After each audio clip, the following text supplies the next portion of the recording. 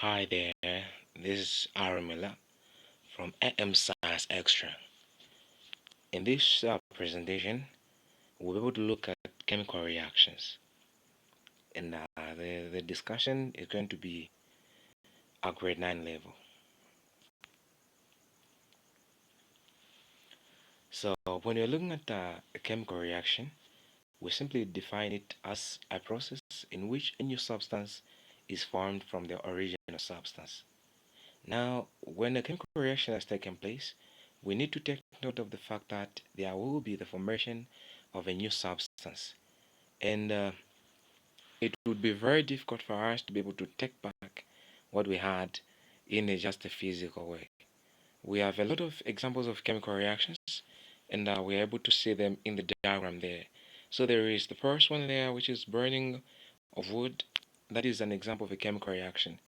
So during chemical reaction, we are being told that there will be the formation of a new substance from the original substance.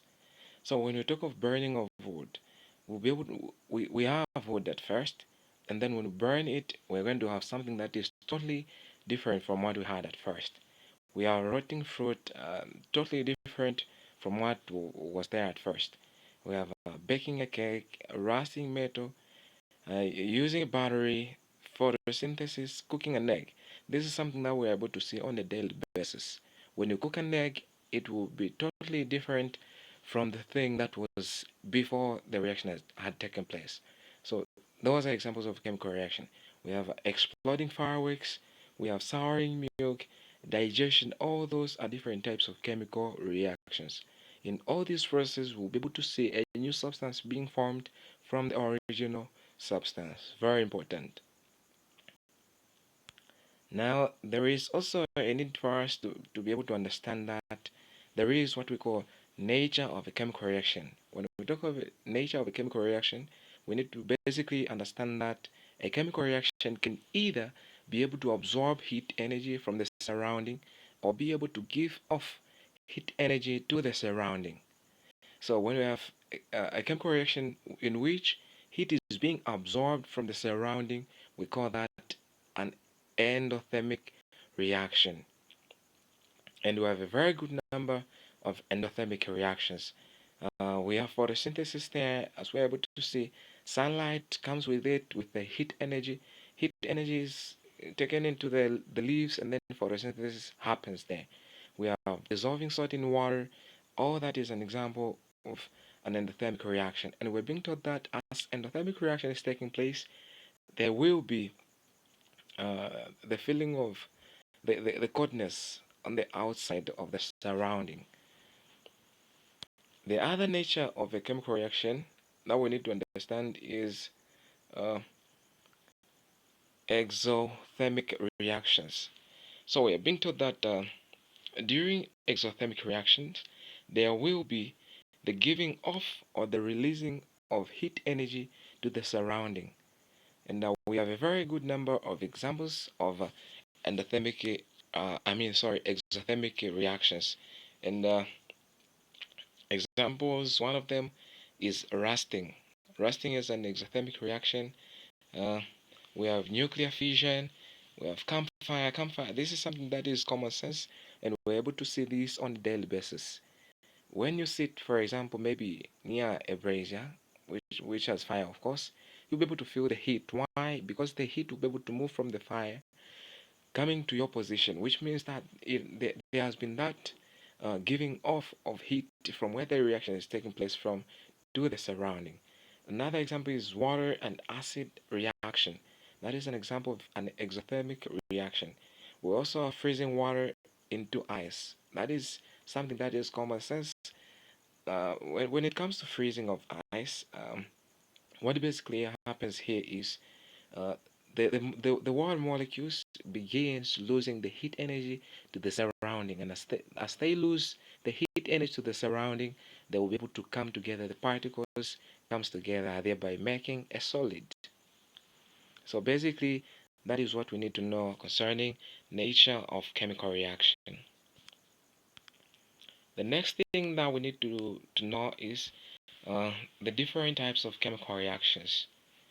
The different types of chemical reactions. So when we're looking at chemical reactions, we're being taught that there are four types of chemical reactions, and these are synthesis, decomposition, single replacement, double replacement.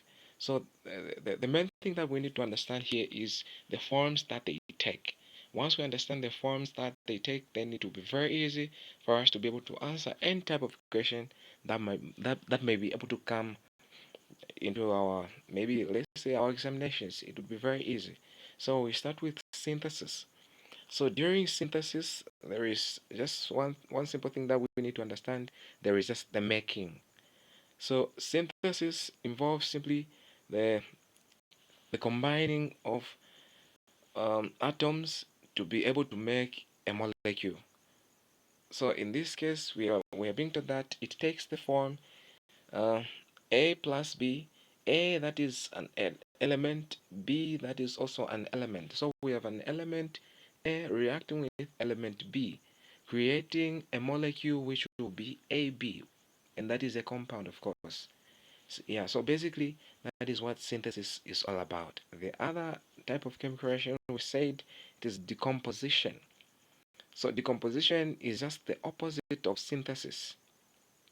So what happens during decomposition is that a complex substance, which is a compound, in this case we have compound AB, a complex substance will be able to break down into simpler substances.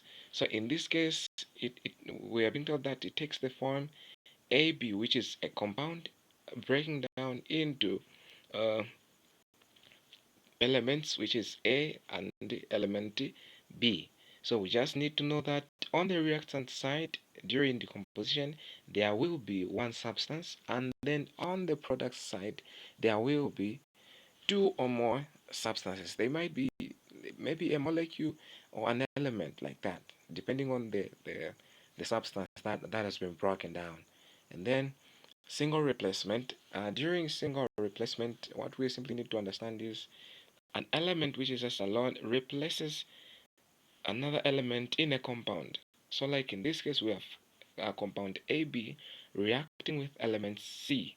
So in this case, what happens is element C is going to be able to replace element B in compound AB. And once that has happened, we're being told that there will be formation of AC, and then the B that was replaced will be able to stand on its own like that. The last type of reaction is double replacement. And during double replacement, what we simply need to understand is there will be two compounds, there will be a reaction between two compounds. That is what we need to know. So we have compound AB reacting with compound CD, and then there will be the formation of AC and BC. So what happens during double replacement is that elements, atoms or ions exchanges positions to form new substances. So like in this case, we have compound AB reacting with compound CD. So in this case, what happens is C is going to replace B in compound AB, and B will be able to replace the C in compound CD, thereby having compound AC and compound BD. So basically, that is what we need to understand concerning types of chemical reactions. And that is where we're going to end for today. Thank you very much for listening.